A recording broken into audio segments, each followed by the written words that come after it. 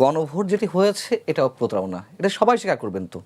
যেমন আক্তার ভাই বলছেন যে এটা কিসের ভিত্তিতে করা হলো, এই প্রশ্ন তো প্রথমে ওঠে। আচ্ছা, তারপর যখন হয়েছে তাহলে কেন মানা হচ্ছে না, তাই তো? ওই যে গুজামিল, এখন ডক্টর ইউনূসকে যখন হেড অফ দ্য গভর্নমেন্ট করা হলো, বা অন্তর্বর্তী বা তত্ত্বাবধায়ক যে নামই আমরা বলি না কেন, তার প্রধান করা হলো, কেউ আপত্তি তোলেনি। ওই যে ডক্টরিন অফ নেসেসিটির জায়গা থেকে যে কে একজন তো হবে, আচ্ছা ঠিক আছে, কেউ একজন আসুক, হ্যাঁ। আর এই নামটা প্রথমে প্রস্তাব করা হলো ওই সোকল সমন্বয়কদের পক্ষ থেকে।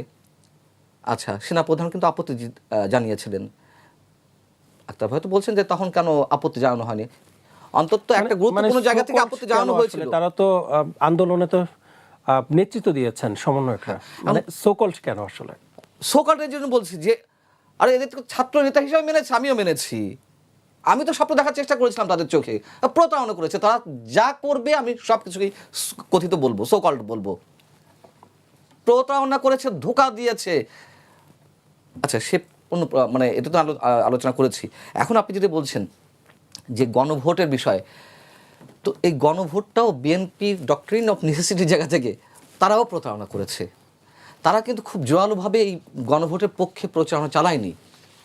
আমি যদি ভুল না করে থাকি, আজকের যিনি প্রধানমন্ত্রী তারেক রহমান সাহেব একবার কি দুইবার উচ্চারণ করেছেন, একবার কি দুইবার, যে হ্যাঁ এর পক্ষে ভোট দিন। মির্জা ফখরুল সাহেব একবার উচ্চারণ করেছেন। আপনি তো স্থানীয়ভাবে প্রত্যেকেই যারা প্রার্থী ছিলেন তাদের 90% নাতে ভোট দিতে বলেছেন, ওপেন বলেছেন, আমি দায়িত্ব নিয়ে বলছি।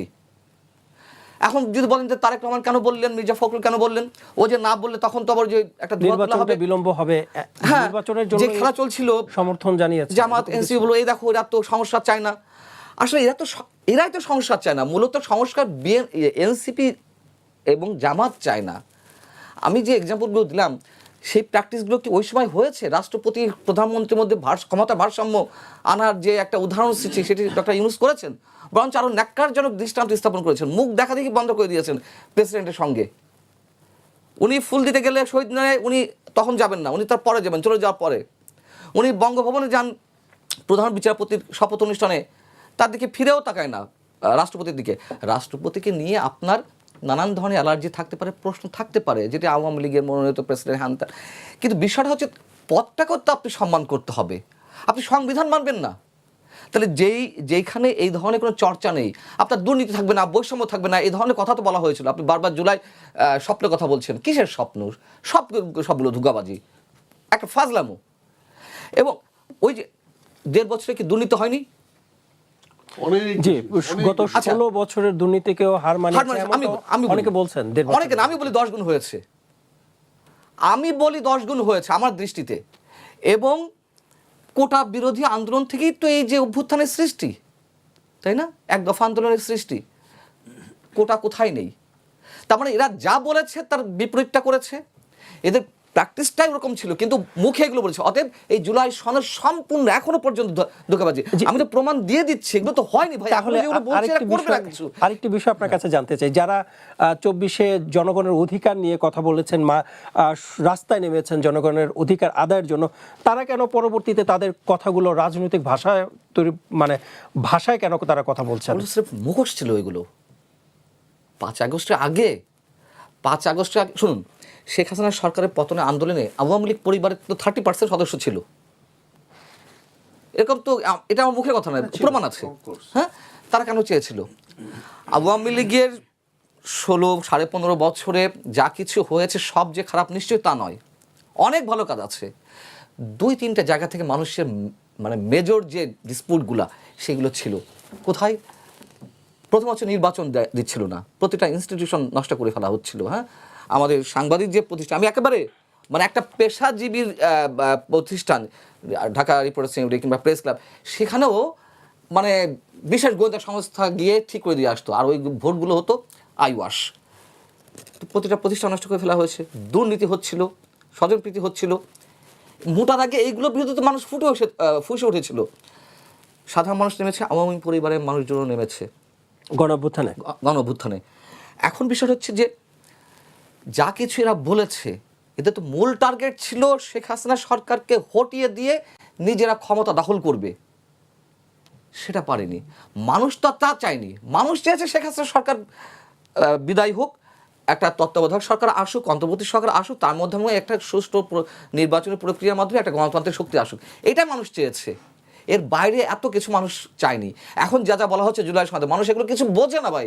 হ্যাঁ ভোটে কথা বলছেন, না ভোটে কথা বলছেন, এগুলো অনেক আলোচনা হয়েছে। এবং কিসের গণভোট? গণভোটটা তো এটাও তো একটা প্রতারণা। যে প্রক্রিয়া গণভোট আছে, কোথাও কোথাও 244% ভোট পড়েছে। আরে তার আগের দিন মানে এত প্রতারণা আসলে কেন?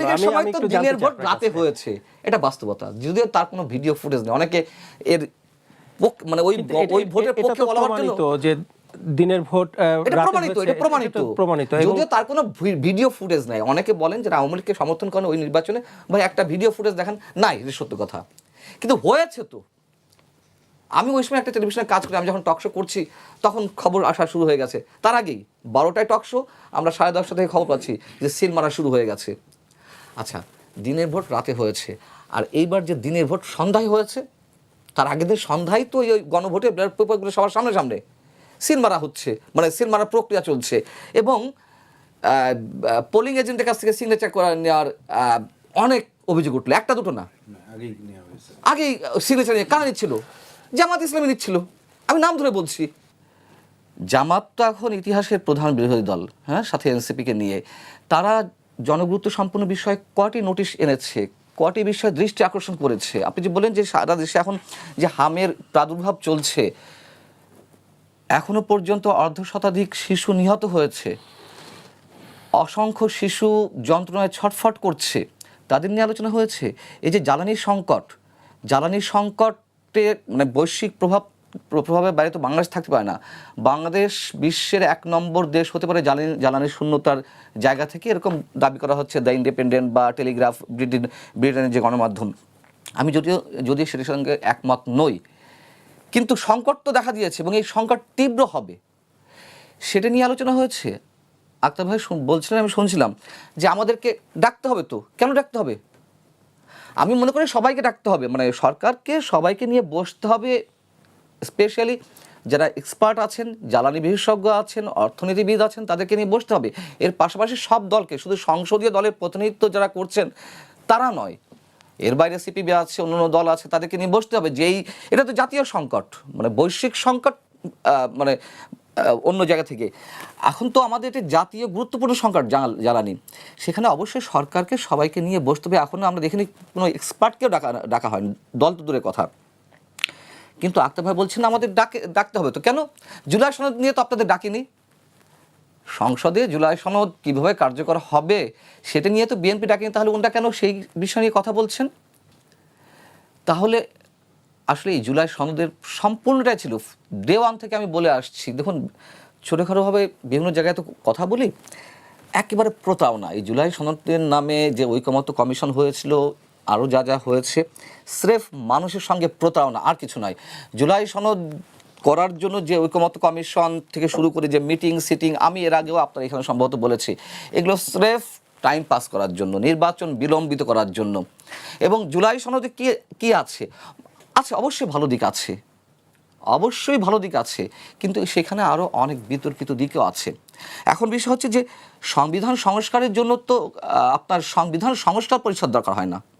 সংবিধান সংশোধনের জন্য, সংস্কারের জন্য সংখ্যাগরিষ্ঠতার ভিত্তিতে গুরুত্ব সম্পন্ন বিষয়ে জনগণের মতামত প্রতিফলন হয়, এমন জায়গা থেকে আলোচনা হতে পারে। কিন্তু এই যে একটা অসাংবিধানিক উপায়ে জুলাই সনদের মাধ্যমে সেটা আমাকে করতে হবে কেন? এবং আমি বলছিলাম প্রতারণা। দেখুন, জুলাই সনদের যে ভালো দিকগুলো আছে, রাষ্ট্রপতি প্রধানমন্ত্রীর মধ্যে ক্ষমতার ভারসাম্য আনয়ন, উচ্চকক্ষ তৈরি করা, দ্বিকক্ষ বিশিষ্ট সংসদ তৈরি করা, এই যে নির্বাহী বিভাগ থেকে বিচার বিভাগ পৃথকীকরণ, অবশ্যই এগুলো ভালো দিক।